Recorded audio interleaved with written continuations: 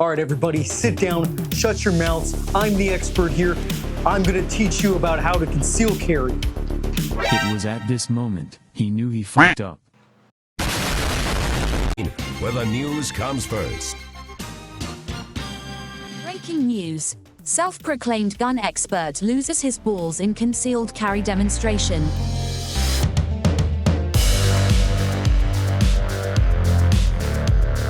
What's up, everybody? Welcome back. If this is the second video you're watching, it's the second video on the channel. Or welcome if this is the first time that you're stumbling upon Operator Blue. I am Taylor. I am the host of this channel. And as you can kind of tell, today we're going to be talking about concealed carrying and at least my 5 tips. But I figured let me throw out a video that's not super long that teaches somebody something. Now, with that in mind, some of you may be stumbling upon this and you may already know everything there is to know about concealed carrying, and that's great. Hi there. Is there a project you're working on? I know more than you. All right. However, there are some people who don't know. They could be stumbling upon this video for the very first time, and they've trying to figure out what kind of holster they want, what kind of firearm they want, how to conceal carry, and they may be stumbling upon this. So guys, let's work together, okay? Going back into my history and my career, you know, I used to take classes that I'd already been kind of doing the job for several years, and I kind of hated sitting through those classes. Wasn't mean, wasn't rude to instructors or anything like that, but I just felt like, why am I sitting here? Why am I wasting my time? When's 5 o'clock so I can leave? And somewhere along the lines, I finally just thought, you know what? If I can take a nugget from each one of these classes, from the instructor giving a war story, some sort of example that I'd never thought about before, if I can walk away with just a nugget of information that I didn't previously know, it just makes me that much better. So for those of you with awesome experience and you know everything there is, maybe I can teach you something. And likewise, maybe you can teach me something. Let me know in the comments down below as we're going through this, your thoughts, your opinions, or if I, throughout it, ask a question or something like that, respond. I read all the comments. I don't have that many people watching or commenting, so it's fairly easy. And for those of you who are brand new, let's dive in. So as I said, we're going to be going over 5 tips and a bonus one at the end, so stay tuned or skip ahead. I mean, I guess you could do that on YouTube. So let's go over the first one. So the first tip is picking the right firearm. That may sound really weird, and some people may be like, nope, just buy the firearm, you'll figure out the rest, but I don't necessarily agree. One prime example would be if you walk into a gun store and you're Billy Badass and you decide my very first firearm is going to be a Desert Eagle, whether it's 357, whether it's 50 AE, whatever it is, that's your first weapon. And now you're like, well, let me conceal carry it. You're gonna run into unless you have like a trench coat, you're gonna have some issues. So with concealed carrying, the gun is an important factor, or the handgun is an important factor. What I have are 3, and we'll talk into my setup here in a second. There's another gun that I carry on a more frequent basis, but for concealed carry purposes, these are the 3 I carry. So one of them I carry 90% of the time, one of them I carry 9.9% of the time, and the last one I carry like 0.1%. I don't really carry it anymore. My number 1 choice for carry is my Glock 43.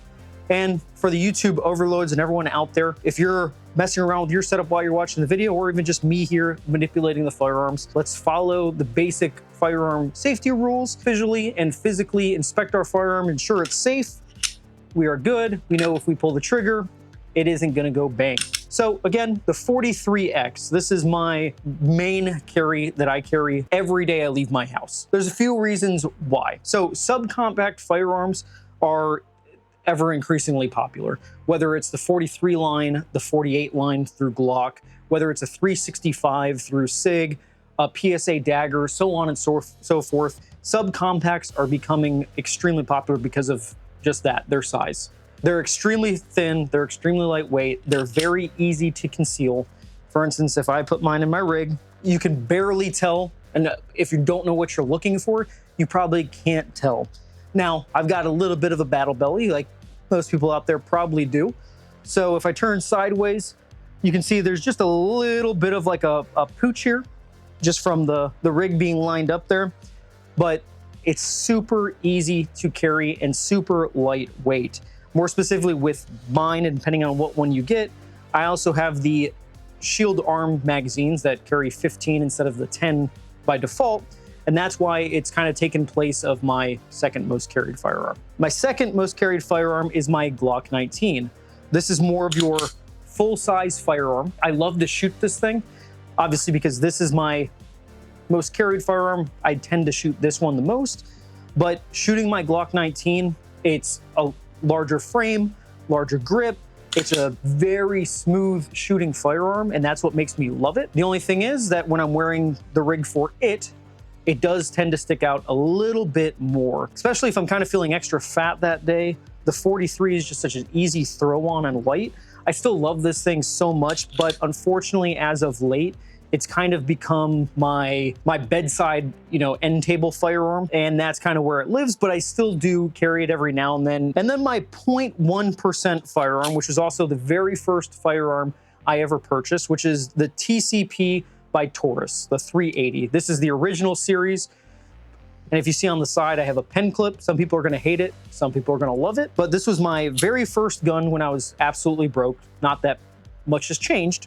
Recently, I don't really carry it, especially because behind this, I have my power rack and my weights and everything like that. But when I used to have a gym membership and I'd actually leave my house, but I was wearing gym shorts, this was my firearm. This is what I carried all the time. If you have the little like wallet style holster, you can throw it in your pocket, can't even tell it's there. Or in my case, I'd pen clip in gym shorts with just a drawstring, tighten it down, and it weighed just a little bit more than a knife and created the same amount of sag. So it was super, super easy to carry. But with that in mind, picking the right firearm, which is a much more difficult situation than it may seem to be, is going to be super important because it's going to depend on size, print, what you're looking for, what capabilities you're looking for, and it's going to expand past that.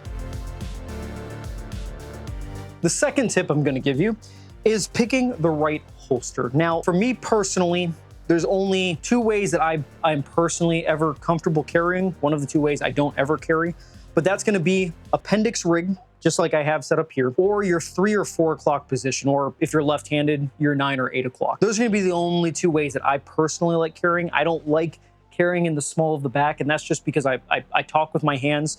If you're in a bladed stance and you get into some sort of fighting position, what are you supposed to do? Block your face. My hands are in front of me at all times. If I have my firearm in my appendix rig, I'm already here, I'm already engaging. I could already be in a defensive standpoint. All I have to do is lift my shirt up and I present, I'm good to go. Similarly, if you have the 3 or 4 o'clock position, it's not much of a change. You might just be pulling your shirt up, grabbing it out, presenting, doing what you gotta do. The idea of doing all these things, getting into some sort of confrontation or having to deploy your weapon, having to reach back, grab out of the small of my back and present is just not really an option for me. Some people don't like appendix carrying. They always say, oh, you're gonna shoot off your dick. Well, if you keep your booger hook off the trigger and you make sure that there's nothing getting in the way, why would I shoot myself? Off of that logic, you're just as likely shooting down into your leg, hitting your femoral artery, dying that way. I mean, either way, essentially, if you don't have good trigger discipline and you're not paying attention to those kind of things, you're probably still gonna shoot yourself either way. Yes, personally, if I have to get shot in one of the two places, my leg I'm probably going to accept, but I don't plan on shooting myself. So this leads into a further tip, but that's not really a big factor for me, but I know some people that's gonna be their claim to fame. I don't have a preference. I haven't used Alien Gear. I haven't used T-Rex arms. I've used some really cheap Amazon appendix rigs, but I personally really like the whole sidecar system. And what I have, the one right here and the one right here, is your tier 1. So these are tier 1 concealed. They're very similar to T-Rex arms. They flex at your belly or the curvature of your belly. They don't leave a very big imprint at all. And personally for me, they're just very comfortable. Now, I don't have any in the waistband holsters that I have set up for the 3 or 4 o'clock position because I don't personally carry that way. However, and depending if you live further up north and definitely colder climates, you can have an out of the waistband holster. Here in Florida, we are a constitutional carry. We cannot open carry, but as long as you're legally allowed to own, possess, and purchase a firearm, you're allowed to conceal carry, but you can't open carry. So another option would be out of the waistband. If you're wearing like a jacket, especially colder months and everything like that, you can wear one on your side and you can do that. I don't personally like that method. I like to be concealed as much as possible. I think that either open carrying or super tight clothing and showing that you are carrying a firearm kind of makes you a target. You know, most commonly when people go in to rob a gas station or something like that, and you might just be a patron in there, yes, they notice you when they're going in, but where is their focus? Their focus is whatever their goal was going into the store. Their goal is that teller cashier behind the stand. Yeah, they might see you, but they're not going to look at the waistband and necessarily notice that you're carrying a firearm. Now, if you're wearing super skin tight clothes and you have the print of a Desert Eagle in your waistband, okay, yeah, you might draw attention to yourself. But for the most part, they're not noticing that. Well, if you're open carrying somewhere that you're legally allowed to carry, that's going to present its own issues in of itself. So that's kind of my just 2 cents on it. If that's what you like to do, hey, by all means, do it. Second Amendment all the way. You know, out of the waistband holster with a jacket, loose fitting clothes or something like that. If that's your go-to, so be it. And then of course, just for comparison purposes, I have a Safariland level 3 retention holster. Obviously this is overkill. I guess if you're in an open carry state, this is what you'd do. But for the premises of this video, we're talking about concealed carry. This is not gonna fly. The third tip I've got for you is dressing for concealment. Again, that equally matters. Now, here in Florida, we don't have anything necessarily against printing. The only requirement is that you concealed and attempted to conceal. So, for instance, if you're bending down in a store or something like that and your shirt gets tucked up, it just happens to pull up and gets tucked on it, you're not necessarily going to get in trouble for that, as long as you took all measures possible to concealed carry. If it's printing a little bit, I don't like that you're now more visible to a potential enemy, because now they can kind of clearly outline the shape of a firearm, and they now know that you are carrying. But as long as you're doing everything you can, do it. For dressing for concealment, I wouldn't wear any super tight clothing. I wouldn't wear skinny jeans and like a crop top. I wouldn't do anything like that. How I normally dress is exactly like you see me. Usually I'm wearing a t-shirt and either shorts or jeans. One thing I did pick up with jeans, I always kind of try and go a size up. So I wear size 34. I try and find 35s if I can. It just makes it a little bit more comfortable with the appendix. And I also wear a ratcheting belt that I can just grab. So as I'm walking around, I can cinch it down. And when I go to sit down, I can just grab that ratchet. It releases itself. It makes it a little more comfortable. And these are kind of just things that you learn as you're concealed carrying. As just an extra little tip, if you're this far and you're like, man, I hate appendix rig. I don't like it, hate everything about it. Even if you got like a little bit of a battle belly like I do, they make wedges. And I know Tier 1 makes them, and I'm sure other brands make them as well. It's like a little triangle wedge that you mount on the back, because imagine when you mount this on you, your firearm and your battle belly, pushing the firearm out a little bit, if you can see that. The wedge, when you mount it on the bottom here, instead of it bending it that way, and now your lever action is going out that way, it's pushing it back into your belly, and it's reducing that print as well. So if you need it, don't just knock appendix rig because you think, hey, my battle belly I've been working on a little bit too long. There are methods to alleviate that. Dress for concealment, wear comfortable clothing, unless you've got like a little 380 that you can just throw anywhere. This would be kind of your all-around gun. But again, you're losing the capability of a larger firearm. This little thing is really a pain in the ass to shoot. I'm sure there's better 380s out there. This was just, again, the first one I bought, and the sights are like cut into the slide instead of actually being real sights. So just be mindful of that. It doesn't have as much stopping power or anything like that. Something is better than nothing. If this is what you rock because you always wear that clothes, hey, I will just at least support you carrying a firearm.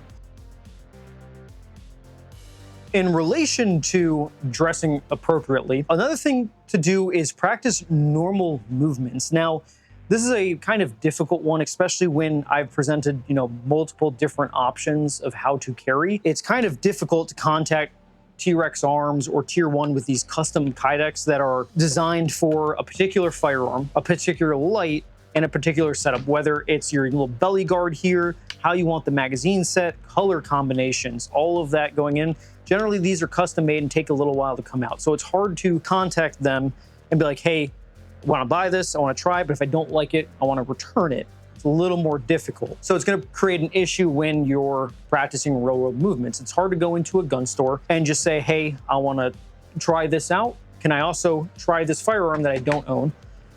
And can I place it in a holster that's now on me? I know personally a good friend of mine that I've known for quite some time who owns and operates a firearm store. He's more willing to allow you to do it, but I know that's not commonplace among gun stores. And I'm sorry it's difficult like that. Try and find some friends who have some different options so you can mess around with it, because what you're going to want to do is practice sitting. Sitting is the biggest one, okay? These are just a couple of the handguns that I own.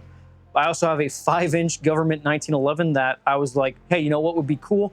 Let me appendix carry this thing. Definitely have to worry about pinching with that because it sticks right down there in your manhood and it'll definitely catch you. And sitting was a pain in the ass. Now, granted, I bought a holster for this one purely for shits and giggles. I wasn't ever actually planning on really using it. I thought it was just gonna be cool and more of a gimmick, but that's a real concern. I mean, if you've never concealed carry, you know, even my 43 isn't necessarily comfortable. I've just gotten used to it, kind of like whiskey bourbon. If you're not a drinker of these things, it's definitely an acquired taste. So even just carrying this, you got to get used to it. You know, throwing it on and walking around, if you don't constantly do normal things with it, especially bending down and tying your shoe and stuff like this, unfortunately, not getting used to it and not doing it, you're going to do it once, twice, and you're not going to carry. So you're definitely going to want to practice real world movements, whether it's lifting boxes, whether it's doing yard work, whether it's going to the store, sitting, eating, doing all those things, especially one of the very first things that everyone does. I was guilty of it. You're constantly walking around, checking. You're worried that you're showing. You're worried that you're presenting yourself to the world. And eventually you kind of get out of those habits and you embrace the suck is pretty much the best way to put it. Now, that's not to say there aren't some super comfortable holsters out there. Just in my personal experience, I've just embraced the suck. And I just know, yeah, it's not the most comfortable thing. I do think this is extremely comfortable and I love actually wearing it, but it's definitely just an acquired taste. It's not going to something that's going to happen overnight. You're going to have to get used to it. And number 5 is going to be training with your setup. You got to train. As I said, this is the most carried firearm that I have. Carry it 99% of the time.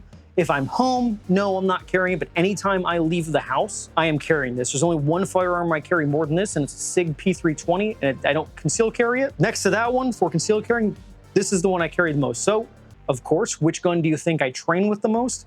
My 43. And this was an acquired taste. You know, after shooting a 19 and full-size firearms for so long, getting used to a subcompact, even though you wouldn't think it's a drastic difference, it just takes some getting used to. I like red dots, if you can't tell. Using a micro red dot, I do want to, this is a Crimson Trace one, an older Crimson Trace.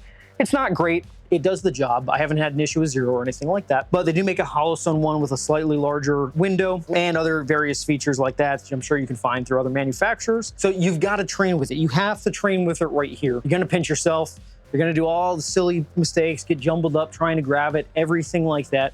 But you need to practice with it. You have to practice with it.